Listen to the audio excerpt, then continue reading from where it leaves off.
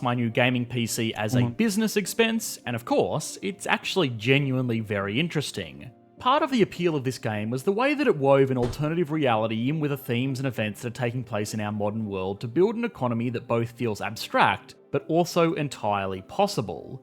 The virtual economy then builds the framework of an immersive world that is equally realistic and fanciful. The world of Cyberpunk 2077 is a cautionary dystopian tale that takes modern economic issues like wealth inequality, corporate influence, white-collar corruption, militarization, black market dealings, and even environmental degradation, and then turns those headlines up to a whole new level to let people experience making their way through a world where these problems go unchecked. It also goes without saying that this game has made headlines for a host of technical issues that have perhaps continued the theme of shining a light on economic problems in the real world. So, the economics of Cyberpunk 2077 is a great case study for lots of weird and wonderful economic happenings. How did the economy of this virtual world get to where it is in the year 2077? What are the key components of Night City's economy? And, a bit of a tangent, what business decisions led to the chaos surrounding the game's launch? Oh, and Cyberpunk 2077 technically takes part in an independent city-state, so, you know what? Hey, may as well throw it on the Economics Explained national leaderboard. Oh, and a little disclaimer, this video will not have any spoilers relevant to the plot, so don't worry for all of you that haven't been able to play the game yet, which is basically everybody. This episode of Economics Explained was made possible by our fans on Patreon. If you would like to gain early access to these videos before they're uploaded to YouTube, as well as participate in exclusive Q&A sessions, which are now held every Saturday at 9:30 Eastern Standard Time, please consider supporting our channel at patreon.com/economicsexplained. Cyberpunk 2077 actually takes place in our own world in a form of alternative history where a few distinct changes in our past led to some very unfortunate results in our future. The basic history is that in the late 20th century, the CIA, FBI, NSA, and the DEA all teamed up together to form the Gang of Four, which would go on to wield significant political influence over the United States and therefore the world.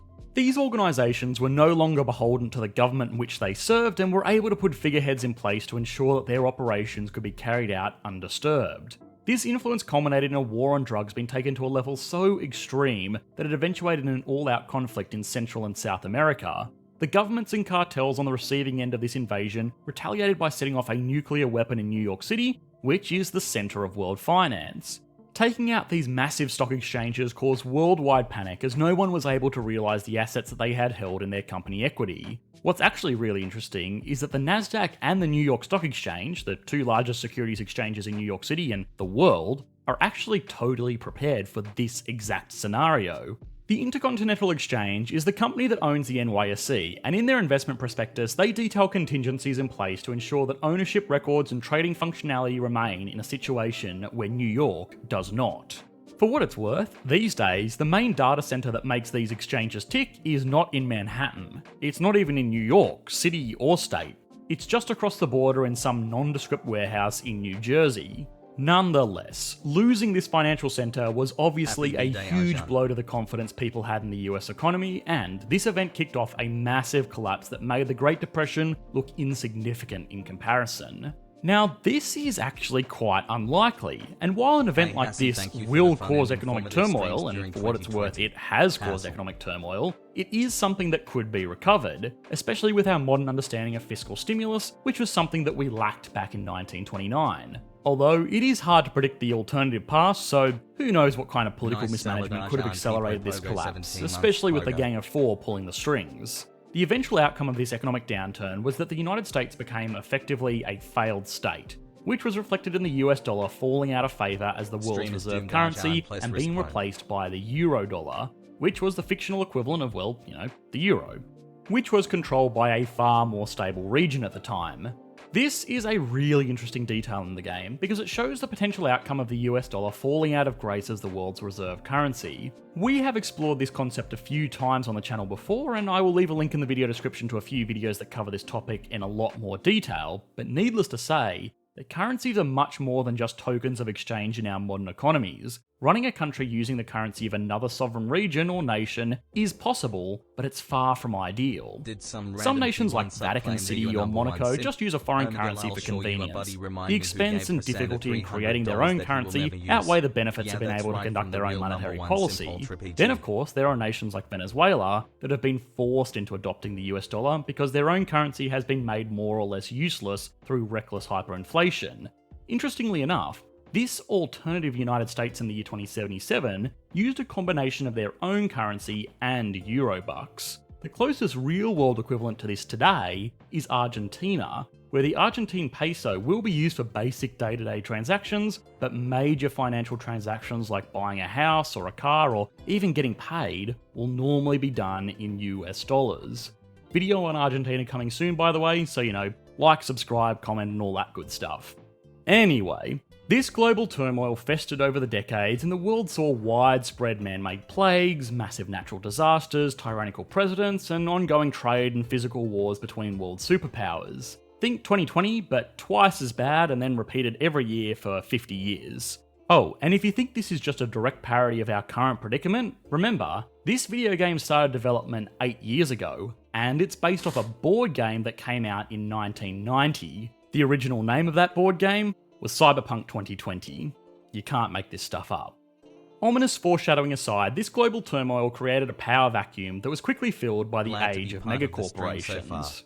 There is an interesting theory in economics and political science that something to think about gravitates over time towards more authoritarian institutions with fewer people to answer to. Of course, it is just a theory, but especially during times of extreme turbulence, an institution like a large corporation is able to seize power a lot more effectively than, say, a government that is beholden to internal bureaucracy and those pesky checks and balances. I have recommended it before, but if you haven't already seen it, go and watch CGP Grey's video called Rules for Rulers. He explains this theory far better than I ever could.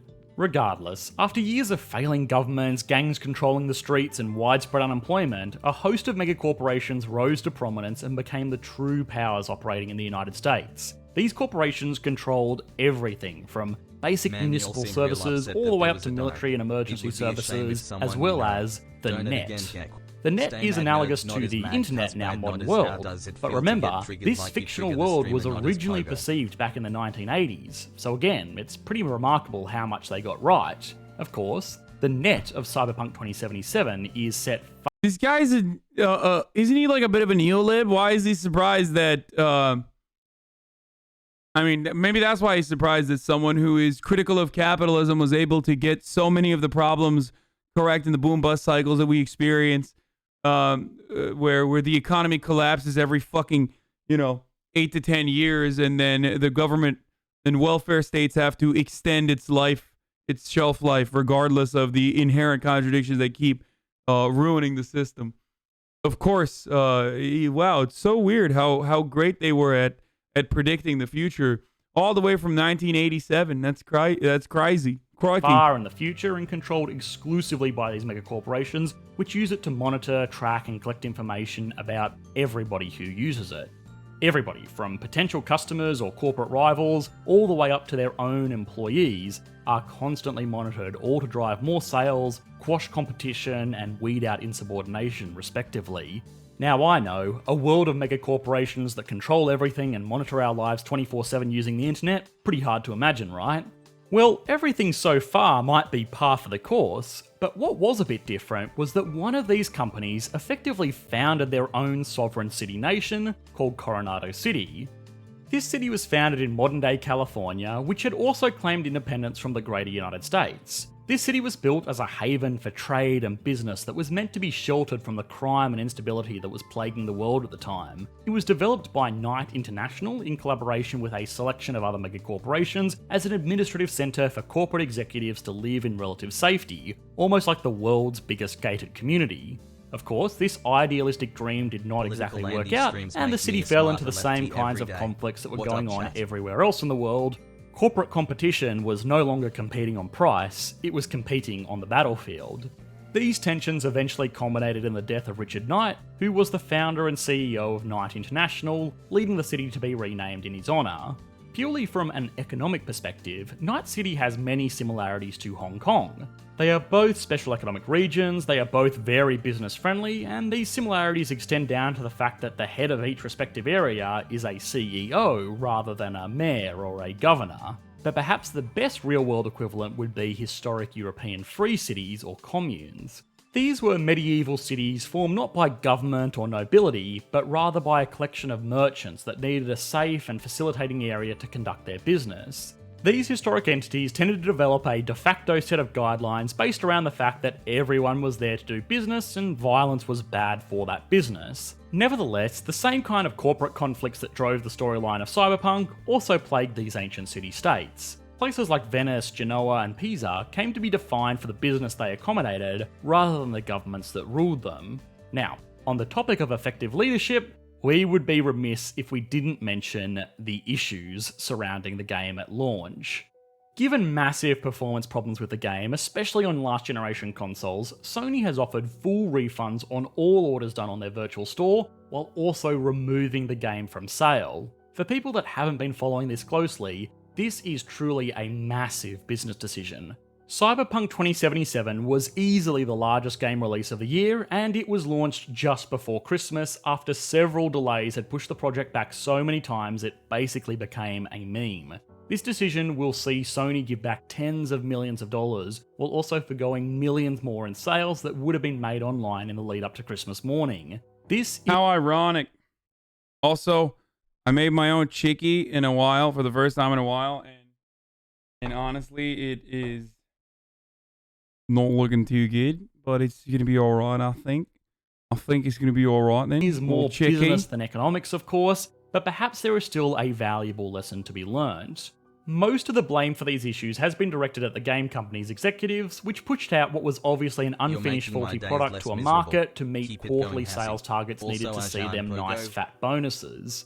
This certainly can't be excused by consumers that were not given the product they were promised, but there is a little bit more of a foundational issue. When working on projects, deadlines are important. It's all well and good to say we have all the time we need to develop something perfect, but perfection is unattainable, and the longer a collective project gets drawn out, the bigger and more bloated it inevitably becomes. Various teams want to add this feature and that extra storyline, and by the time one component of a swelling project is finished, another part needs to be updated. It might run contrary to conventional thinking, but not many projects involving this many people are made better by taking longer. Timeframes need to be realistic and adhered to. This goes for everything in business, not just video game development. But as I say this, I should also apologise to our patrons over on Patreon for this preview not being up a full 24 hours early. I had to rewrite the script, partially to add this chapter here about the game's development issues. So if that's not severe hypocritical irony, well, I don't know what is. But anyway, now it's time to put Night City on the Economics Explained national leaderboard, and for what it's worth, another city-state is currently top of the list, although of course Hong Kong does have the disadvantage of being grounded in reality. Pesky reality is also a problem for creating some of these ranking figures because normally for consistency, we use GDP and population figures from the International Monetary Fund, but unfortunately they haven't spent the time capturing these figures for Night City yet, so we're going to have to work this out ourselves. GDP is going to require a bit of reverse engineering, and we're going to have to make some assumptions about consumer spending habits 50 years from now. The average rent in Night City varies wildly from poverty-stricken beggars renting coffin-sized apartments. Why are neoliberals anti-China? Like, without Deng, they would never be able to tout how many people have been uplifted out of poverty. 2 months since following your stream religiously because of the election. Thanks for being a great informant of progressive Like literally the only reason why their already like insane methodology for finding global poverty is silly. But if it wasn't for fucking China, it's like, yeah, without China, you're basically exposing that no, capitalism hasn't fucking uplifted so many people out of poverty. Aptly named coffins for around €200 a month, all the way up to executive penthouses that rent for at least 6 times that. By taking this and assuming that around 1/3 of wages are spent on accommodation and applying a high income Gini figure of 0.9, which looks reasonable for a dystopian corporatocracy like Night City, we can find household income is €5.4 billion a month, or 65. I like that he says, so you support concentration camps? First of all, of course not. I don't support concentration camps in China. I don't support concentration camps in America. What we are talking about has absolutely nothing to do with concentration camps. I'm saying I'm surprised that neoliberals oppose China when in fact one of the most important metrics for themselves to uphold is one of the most important metrics that they uphold is fucking, escape from poverty or whatever. Oh, China lock incoming, VOD viewer skip. Okay, I won't do it. $5 billion annually. When we convert this to US dollars, which hovers around $2 for every $1 in 2077, this gives us an annual household income of $130 billion US, which, to be honest, is actually pretty pathetic. If we looked at household incomes to GDP ratios in modern day city-states like Hong Kong and Singapore, which are roughly 1 to 2, this would give Night City a GDP of $260 billion, which was way less than I was expecting and gives the nation a 6 out of 10. A few things to consider is that given all the turmoil in the world and minimal government intervention, inflation is not as strong as it has been in recent decades, so these nominal figures are pretty close to what we would have here in 2020. Another thing to consider is that a very large portion of Night City's business dealings go, unreported, shall we say. If we were to include the black market, I have no doubt this figure would be far higher. It's also possible, given the cramped conditions, that people just naturally spend a smaller portion of their paycheck on accommodation, which would give us a larger GDP figure. Now, with a population of 6 million people,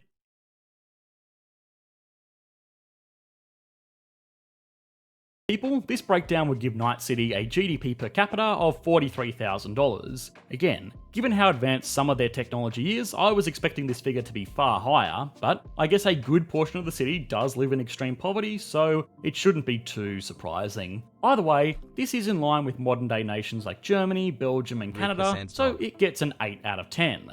Stability and confidence is also quite hard to pin.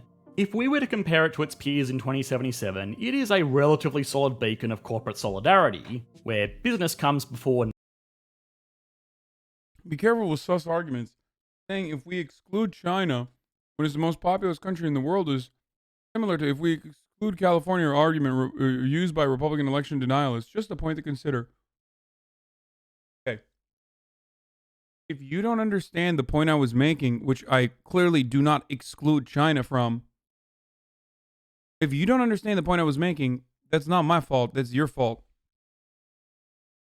The argument I'm making is not excluding China out of global poverty metrics. I'm saying, why do neoliberals act like China is not plays a fundamental role in their overall worldview and argument that capitalism is good? Oh God, I'm getting stun locked. Needless destruction. But the world in 2077 does not set a high bar for this category, and since this list is to compare nations in the modern day, we really can't ignore the flagrant corruption, criminal activity, and acts of corporate violence that are commonplace in Night City. So it gets a 3 out of 10. What do you think Growth. of Hitler's book Again, being this sold is in quite Turkish hard to bookstores? pinpoint. But given that this city is 5 decades into the future and only just going toe-to-toe with its modern-day peers, it's safe to say that economic growth has not been fantastic. It gets a 2 out of 10 because at least the mega corporations look to be getting richer, so woo. Finally, industry. Well, here is where the natural advantage of being set in the future really pays off for Night City. Even the poorest members of this society have access to technologies that are unimaginable to us today. Cybernetic enhancements, as well as an internet that puts what you're looking at right now to shame, means that as compared to any other current economy, it needs to get a 9 out of 10. Only losing out 1 point because a lot of these technological advancements have been used for destructive purposes rather than productive ones.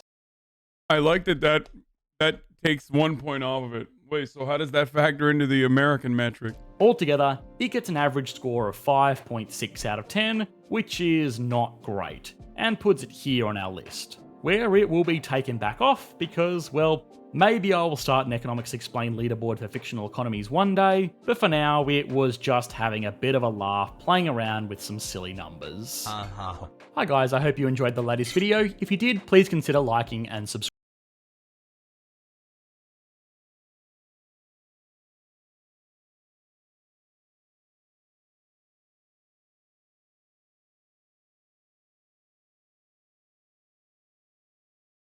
At the gateway of socialism from Newsmax, UK new coronavirus variant out of control. We already saw that.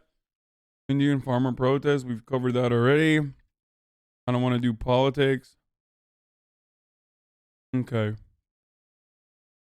No, your reacts are not as fire as you think. Hidden cameras expose the unethical size of Amazon returns. What the fuck? Thank you, Hassan Hassel.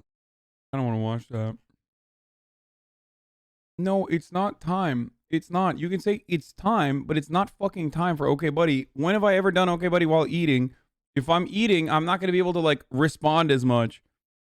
So do you want me to just like throw up the subreddit and just upvote? Is that what you think is going to be good? Make sure to take care of yourself and take a break. Is that going to be a good fucking viewership experience for you? Fear, why courage haunts your dreams, why bizarre world. Dude, this shit fucking freaks me out. I want to know about this. This video is brought to you by NetEase Games. Hey Wisecrack, Dr. Chris here, and today we're talking about a kid's cartoon that still haunts our grown-up nightmares. Courage the Cowardly Dog. This show is weird. I can't be the only one who was fucking terrified of this show, right? I hated this. I hated Between it. its empty, isolated setting, its bizarre plot lines, and its unsettling animation style, the show was just off. Special session today.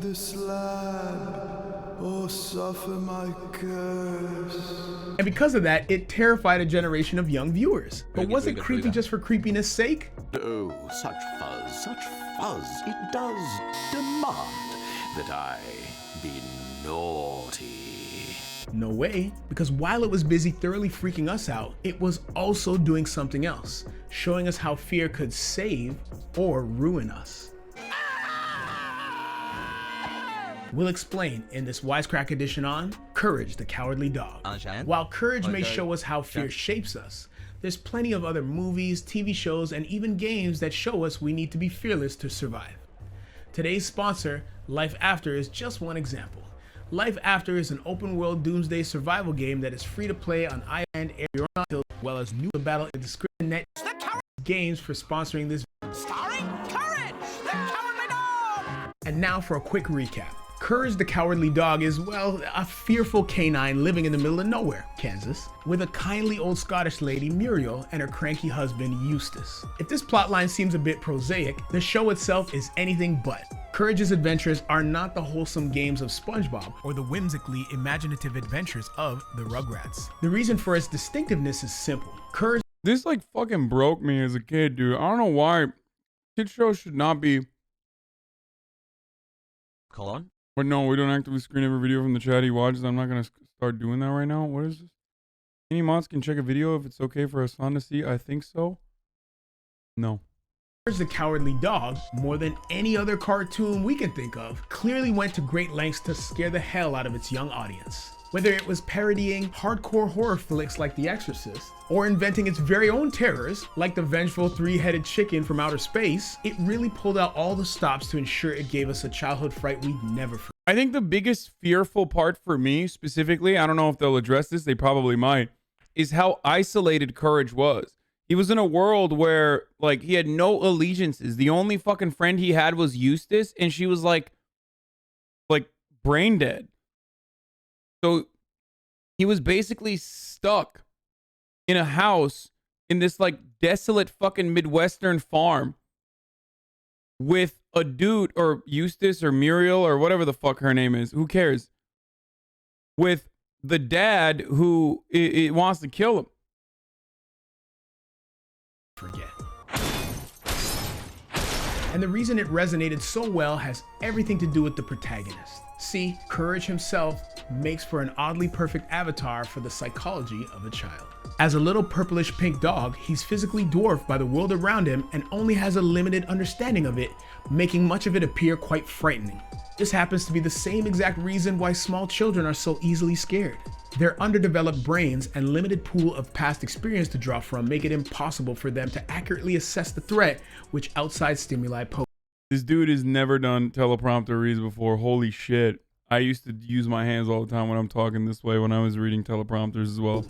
As a result, perfectly harmless things might appear terrifying. Also, like a young child, Courage has a restricted ability to communicate his fears. Eustace perpetually writes his screams of terror off as the panicked reactions of a Stupid dog! While Muriel is much more compassionate, she is similarly unable to understand what has him so spooked. What is it, Courage? So he's left alone to deal with fears which no one else seems to understand. Like a young child who can't comprehend why his parents insist on sending him to bed when there are clearly monsters under there.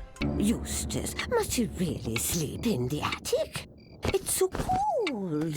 Ah, he seemed happy to me. Understanding Courage as an avatar for a young child becomes a sort of heartbreaking exercise when you consider the poor pup's early years. They were marked by the severe trauma of watching his parents launched into space by a deranged veterinarian. And while this is a typically absurd plot detail for a Cartoon Network show, it also acts as a weirdly effective analogy for childhood trauma. Witnessing their loved ones in danger from a crazy vet or whatever else fundamentally shatters a child's sense of safety. The after effects of such a huge shock to their developing psyche can linger for a long time. As a result of his trauma, Courage now lives in a heightened state, anxiously expecting the worst at every turn. In particular, he has developed a clear case of separation anxiety, panicking every time Muriel leaves his sight and constantly worrying about her safety. As is common for children who experience loss at a young age, he now lives in fear of his other loved ones leaving as well. My poor thing. Out here all alone? What courage you have. Most episodes begin with him freaking out about a danger that no one else is bothered by. But importantly, he is sometimes incredibly wrong. In the episode Heads of Beef, Courage is convinced that the new burger joint in town is secretly killing off its customers to use them as meat, Sweeney Todd style. After thoroughly freaking out and knocking... This is the most German fucking American show. That's why it's so freaky. That's it. For those of you who don't understand what I'm saying, he said Sweeney Todd, but that fucking that lineup is literally Brothers Grimm. The shit that they the shit that is like read to children in Germany are fucking insane.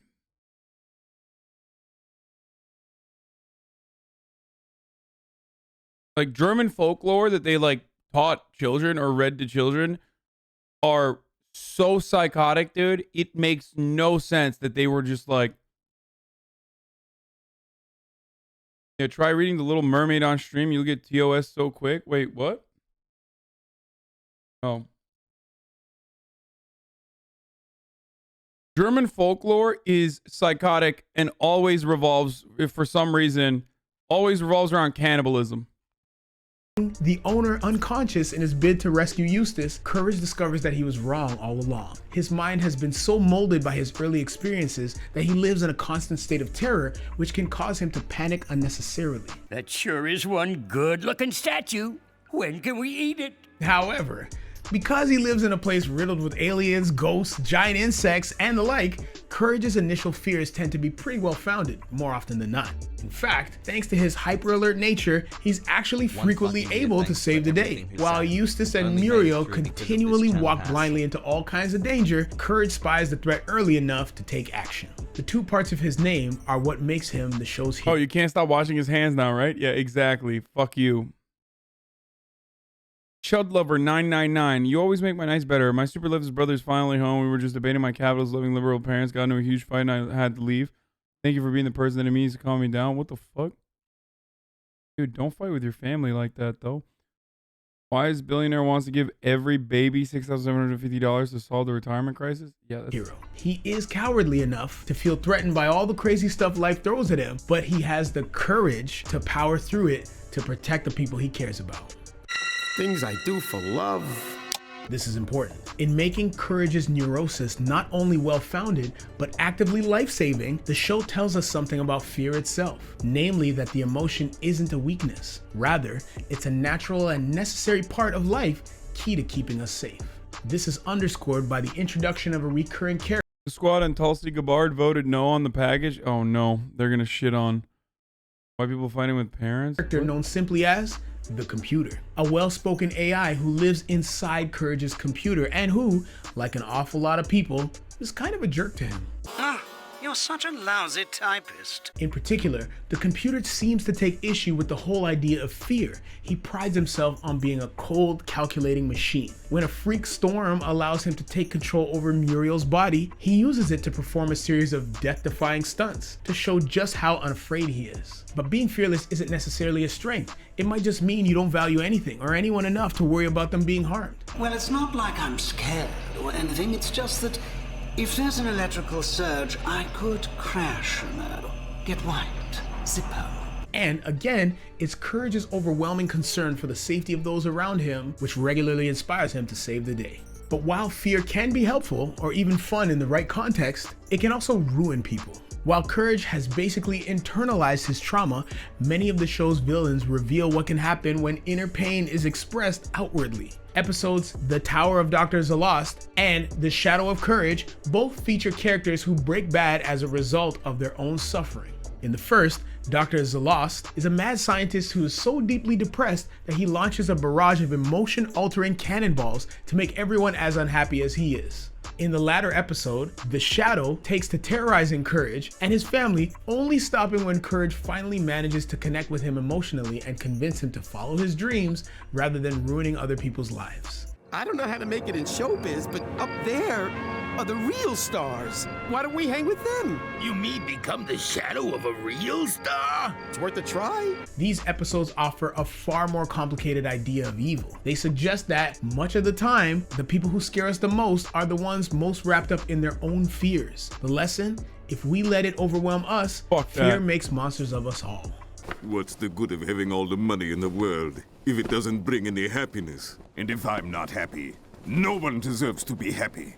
And if you think we're reading too much into this terrifying children's show, guess what? The creator, John R. Dilworth, agrees with us, saying, "I don't portray psychopaths. Those don't interest me. I'm very much interested in the repressed traumas of villains. The idea of going deeper, trying to assign an etymology of bad behavior to childhood trauma is based on actual science. That's the science of psychiatry. Nowhere is this more true than with Eustace, the most constant source of fear in Courage's life. A grumpy old man who never has a kind word to say and mostly seems to exist only to abuse the other members of his household. My dude was Eustace would have been tragically familiar for too many young viewers. But we learn more about his past childhood throughout the show, and it turns out that his own hostility is rooted in the treatment he received as a child. The way he treats Courage is just a replication of the way his own mother treated him. Stupid boy. Stupid dog. Berating him constantly and favoring his older brother, all to ensure that he lived in constant fear of not measuring up. See you later, useless. And while it's heavy stuff for a creepy kids cartoon, it wasn't necessarily the villains or the situations that were scary to me. Like I said, it was the isolation. That's it. Like it was how lonely, like the setting of it all, and how lonely Courage was with no friends around. I don't know what that says about me or what that says about the show, but I always thought this was some fucked up shit. This and Ed and Eddie was so scary. Cartoon. It's also Ed and Eddie's weird as fuck too. We talked about that before as well. Many adults carry their own childhood abuse with them, inflicting the fear that they felt onto others rather than learning to process it in a healthy way. stupid dog. But while Courage extends a lot of sympathy to many of its more monstrous characters, it also has a pretty empowering central message that it's important to take action in the face of those who make us feel unsafe, even if it can be a really scary thing to do. In one of the series' most infamous episodes, Freaky Fred, the family is visited by a relative named Fred who narrates his actions with a rhyming inner monologue. That's when my tired eyes beheld a doggy dog.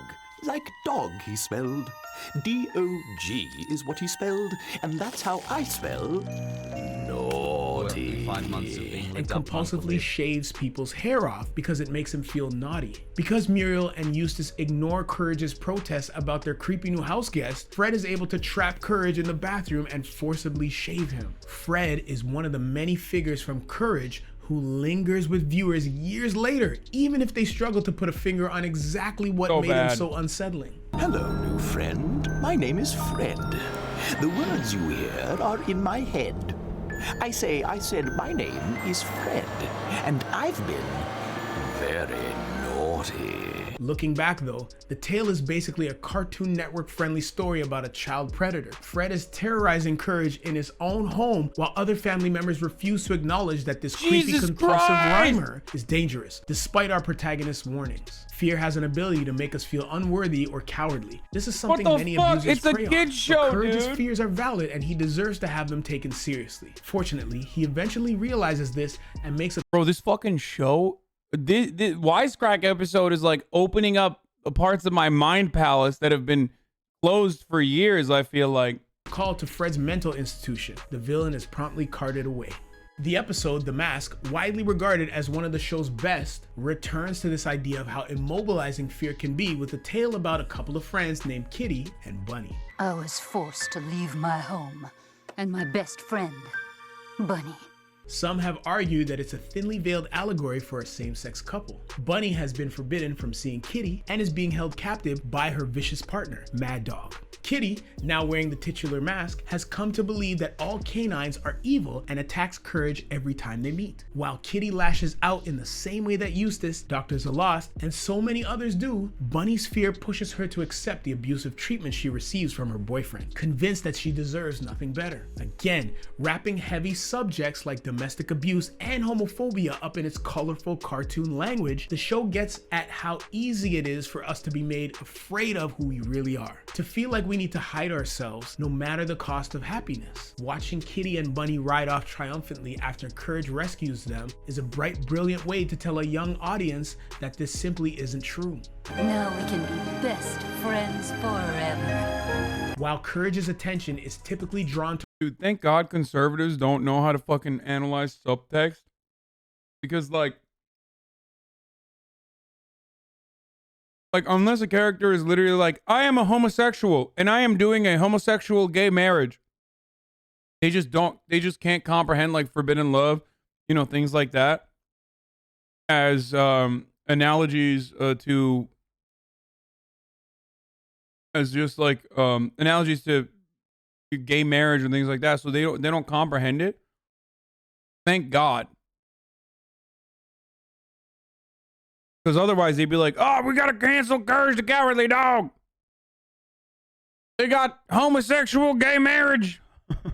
towards the monster of the week. Deep down, he shares Bunny's same ultimate fear, not being good enough. Courage clings to Muriel because she is the one person left who reaffirms his sense that he has value. And yet, he puts up with Eustace's abuse because on some level, he doesn't entirely believe it. That nagging voice we all have on some level, the one that insists that we aren't good enough, is even given physical shape in the series finale, Perfect. The episode sees an old school teacher dubbed the Perfectionist, demanding that Courage prove his worth by performing a never-ending series of tasks up to her impossible standards. The more he struggles, the more she berates him, steadily grinding away at his confidence and adding to his anxiety. By the time she orders him to sleep perfectly, which prevents him from actually sleeping at all, he's pretty much losing his mind.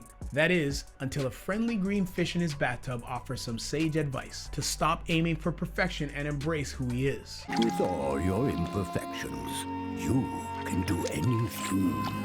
And just like that, he is able to vanquish the nagging voice of the perfectionist and the fear that she feeds on. And so, one of the weirdest, darkest, most soul-rattling shows that the Cartoon Network ever aired comes to a genuinely heartwarming conclusion. There's no such thing as perfect. Huh? You're beautiful as you are, Courage. Courage was able to get inside our heads when we were kids because, as disturbing as it might be to admit, it really spoke our language. I think the most disturbing part about it is not the bathtub fish or the fact that you're eating the bathtub fish that's your savior, but the fact that there were so many characters with British accents in the middle of fucking Kansas. It just simply made no sense. It made no goddamn sense whatsoever, dude.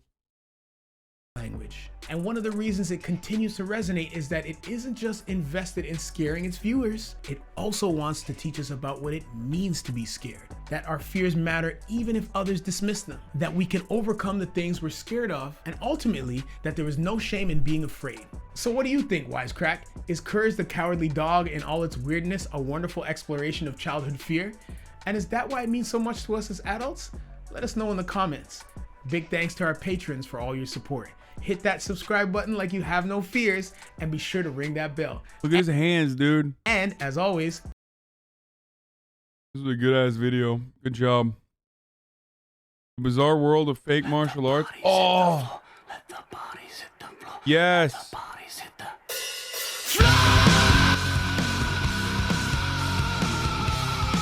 Dude, have we seen this? I know we've looked at compilations, but we haven't seen this, right? I don't want to get DMCA. I'm probably going to get DMCA. We've watched almost all these videos. This job, besides the legions of adoring fans and crippling existential crises, is the occasional opportunity that comes with stumbling across a weird, baffling internet hole and seeing just how deep and dark it goes. And friends, let me welcome you to the strange world of fake martial arts. What I mean by fake is everything from the unusual techniques of mail-order karate dojos. I think I'm going to jail now. To the fable. I feel like we saw this because we literally watched all of these clips, like literally all of them. S-Van 29. If you swipe right. Oh my god, that's me. I'm just gonna use you for content.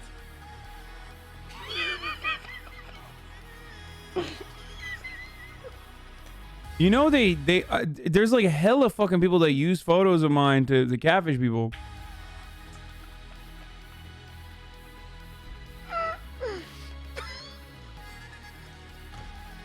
Was get him 1905 on top. It's not even a joke. Like they. I mean, it is a joke. I think it's pretty funny, but it's really weird. Pressure point knockouts of dim mock masters, all the way up to the near superhuman abilities of the no-touch KO artists. And if you've never seen this stuff, it is real, as in at least some of the people involved believe it is happening. And granted, the topic of fake fighting might be an ironic choice coming from someone this into professional wrestling, but martial arts have also been a pretty big part of my I saw something on Tinder in the UK with your pics. Yes, see? Life. I've been doing different forms of taekwondo, boxing, tai chi, and most recently Brazilian jiu-jitsu for about 12 years now. And hey, I'm not saying that because I'm trying to claim I'm any kind of tough guy. If anything, I know just enough about fighting to know how little I know. But I do think it gives me some understanding in how a person is able to convince themselves they have these abilities and why a room full of people would be willing to believe them. And it's around here that a darker, more insidious side of fake martial arts begins to emerge, which we will get to. But to start, I think it's important. You guys know what fake martial arts is, right? Like, you've seen it. We used to watch compilations of this shit all the time. It's one of my favorite things of all time. Wait, okay, hold on. Like, first of all, the greatest actor of our generation participates in real martial arts.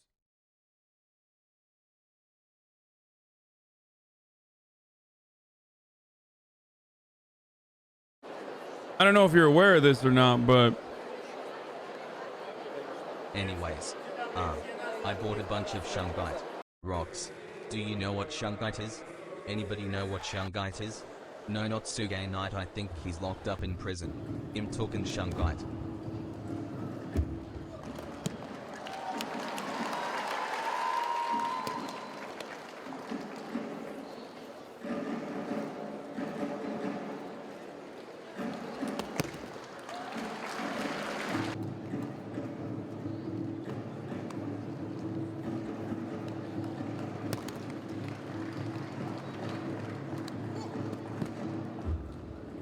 Bro, look at how he's just like, whatever. Whatever, dude. Yeah, come at me. Oh, you're dead now. Hey, hello.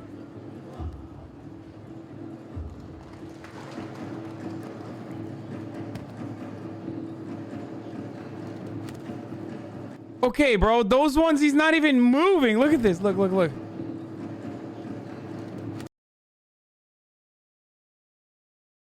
At least fucking move your hands a little bit more, dude.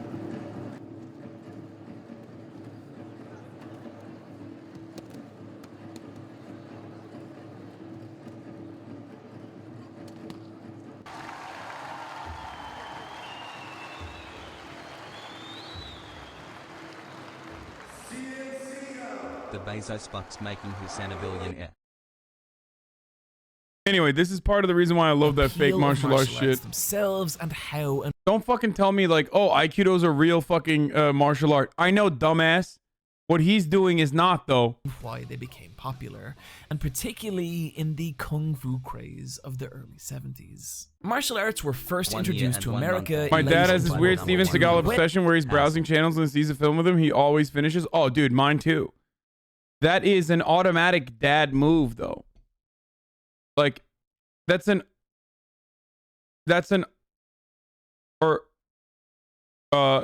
automatic fucking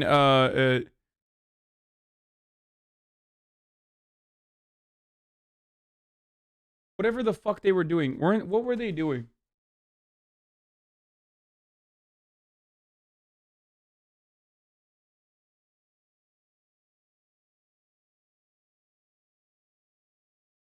What were they doing in the video? Oh, his Aikido skill. I think this is what we watched. Oh no, this is not what we watched. Never mind. When American soldiers deployed in Japan learned different forms of karate and judo, even having it integrated into. Isn't Aikido like it's basically like, what is it, like Budo or judo? Isn't that like a mixture of judo and shit? And like kung fu? To their basic training, and later these same soldiers would return to America and open their own dojos. But where martial arts really started to penetrate popular culture was the resurgence of the. I know you're making fun of me, but Budo is not a made up name, by the way. Like,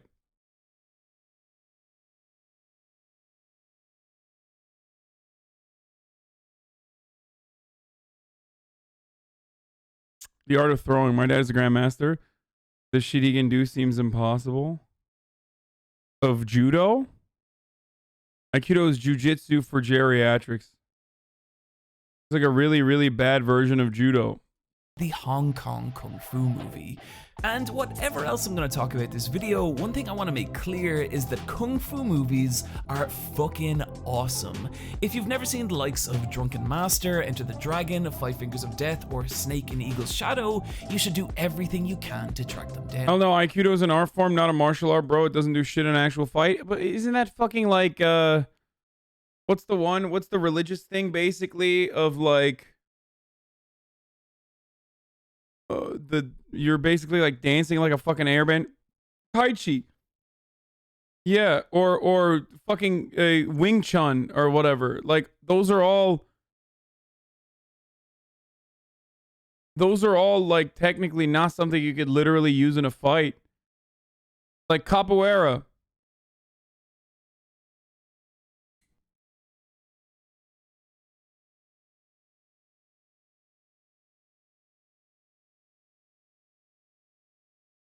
Like, you can't literally use it in a fucking fight. You can't, like, dance around. Capoeira is for real, bro. Okay, but, like, You don't really fuck people up like Eddie Gordo or whatever the fuck his name is. You're thinking of Wushu? What?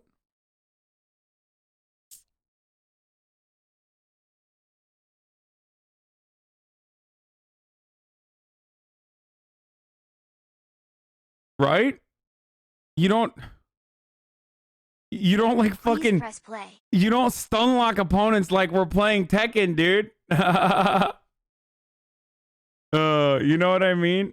Didn't Bruce Lee modify Wing Chun and incorporate it into his own martial art?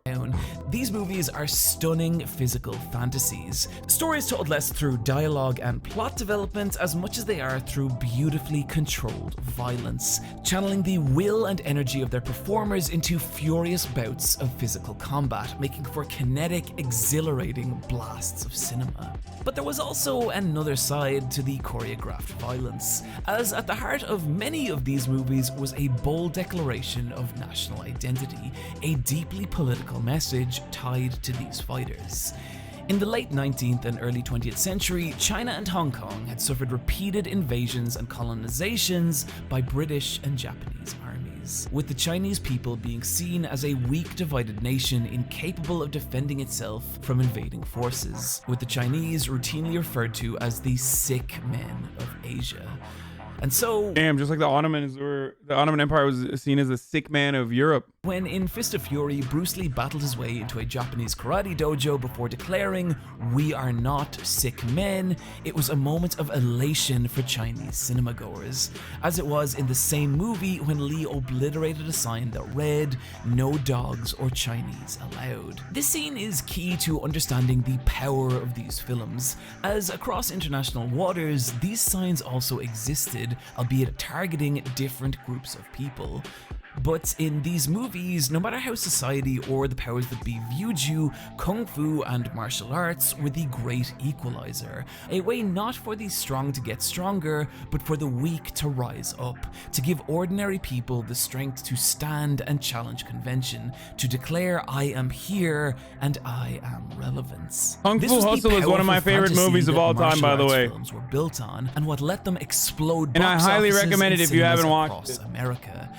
But it was in the desire for that fantasy that gave rise to the early days of fake martial arts. Which brings us I used to be an avid consumer of like Kung Fu basketball, Kung Fu soccer, or Shaolin soccer, whatever the fuck. All of those like dumbass movies, I watched all of them, so good. But Kung Fu Hustle is kind of overrated, not Stephen Chow's best movie. How fucking dare you? Literally my favorite. Kung Fu Hustle is like if Guy Ritchie made a Kung Fu movie, okay? So good. It combines my favorite elements of Guy Ritchie movies with Kung Fu. It's fucking awesome.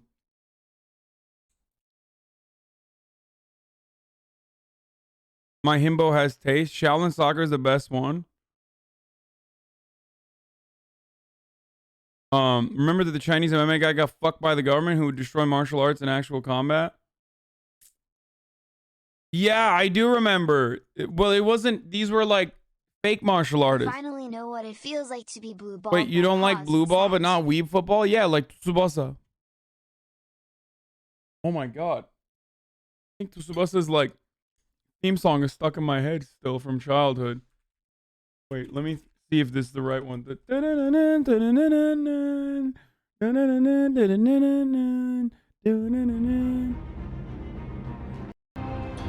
No, it's not the right one.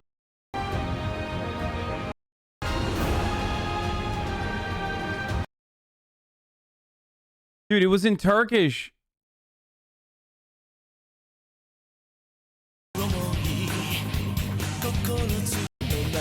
Never mind, I was thinking of something different, I think. I don't know why. To a man who referred to himself as the Crown Prince of Death, Count Juan Raphael Dante. If you flick through the pages of enough Silver Age Marvel comics... Don't get mad at me, but most of what Guy Ritchie puts out is cringe. Don't worry, brother. Guy Ritchie is a Dudes Rock cinematographer, okay? He is the director-writer of every Dudes Rock franchise. He basically literally copy-pastes the same fucking movie over and over again. It's unironically the exact same. And I love it. My dad loves Steven Seagal. I love Guy Ritchie. And I'm going to be that old man who says, like, that's a great Guy Ritchie movie. It's literally the same. Lock, Stock, and Two Smoking Barrels. You watch that, you've seen it all. Snatch is my favorite movie, regardless. But it is literally the same in every movie. The characters are the fucking same. The sequences are the fucking same. You know, a mishmash of really unique and really interesting characters, kind of like an anime, actually, not dissimilar to an anime style. Get together and, you know, all hell breaks loose. There's always a fucking massive twist and a big heist. And the first hour of the movie is literally just like getting the crew together. And I fucking love those sequences. I don't know why. I love those fucking sequences of like, fucking movie stops for a second. Like, you know, you have a fucking film grain, like a film filter that just goes over that goes over the entire scene. And it's just like the name comes up in the bottom. It's like, this is fucking Danimal. We call him Danimal because he's a fucking animal, bro. He's like, his name is Daniel, but he's a fucking animal. So we call him Danimal. He's only got one fucking finger in his left hand. Because all the other ones were eaten by fucking pigs or something like that. That's like, here, there you go. I just described to you every Guy Ritchie movie. You'll inevitably come across these strange advertisements. All of his new movies are shit, by the way. And yes, that even includes Gentlemen. Everything post-Madonna Guy Ritchie is butt cheeks. Of Count Dante. According to these ads, Dante was the master of the dim mock or poison hand fighting style. Except for the Sherlock Holmes shit, that's not bad. The lethally savage ripping, tearing, slashing, clawing, and gouging techniques, which comprise the poison hand arsenal, are used to attack by strike, touch, or pressure the nerve centers, pressure points, major blood vessels, and vital organs of the body. The pamphlet, written by Dante, offered to turn its readers into, and I quote, shocking human horror weapons capable of killing multiple opponents with a single touch, while also talking about how handsome Dante was and how good he was at dancing. On the surface, it seems obvious what's happening here. Count Dante, real name John Keehan, was looking to take advantage of the kung fu craze of the 70s by selling his pamphlet to gullible young comic book readers. But where things start to get the fuck? What? What do you want? You know what it feels like to be blue ball. Wait, you don't like blue ball but not weeb football? Yeah, like Tsubasa. You know what? Hassan reads football, blue ball. What an idiot. VIP Elon. Okay, dude, here. That's at least an hour. Take a break. Yes, I have watched Baki. Stonewall. Yo, what up, Margot, aka Liar Brooke? Fucking going on the Trainwrecks podcast and saying I wear off-white. How dare you? I've never worn off-white. What's strange is the more you look into Count Dante, the more it seems like he exposed, dude. You fucking 4 months ago you went on the Trainwrecks podcast and you were like, Hassan wears off-white. That's not true. Actually, wait, now we know where those fucking memes come from, by the way. Turns out it was literally Margot. I always thought it was Destiny who was like lying to people about how I like wear Supreme and off-white and shit. Turns out it was literally Margot. Yeah. He believed what he was writing.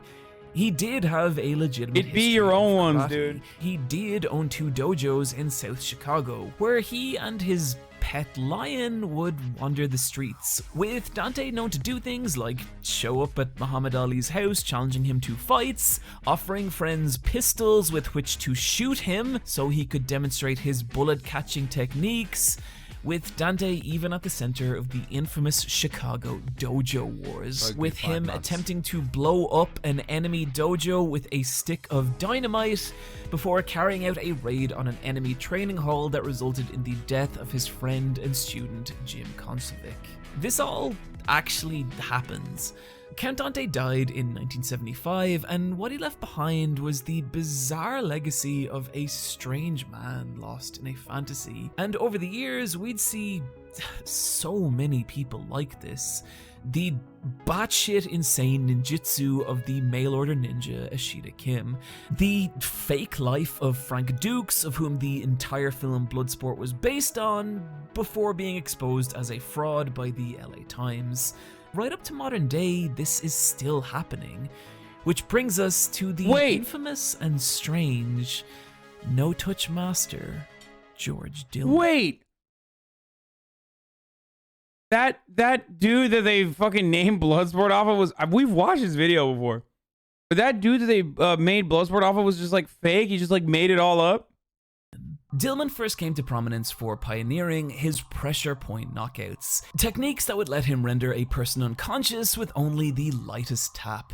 But where he started to gain national attention was in his chi-based no-touch knockout techniques, which would let him knock someone out through blasts of invisible energy. In 2005, Dillman welcomed a team of National Geographic filmmakers into his dojo, and after a group of successful demonstrations on his Bro, honestly, like, we now believe in QAnon instead. Like, I wish we just believed in this shit. This is cute. Like, you know what I'm saying? Like, at least we don't believe, like, at least these people believed in, like, weird fucking no-touch dojos or whatever. Instead of fucking, you know, demons possessing pedophile Democrats and doing mind control by way of Bill Gates vaccines, you know? Like, there is a much larger systemic issue that comes along with that kind of conspiracy theory thinking.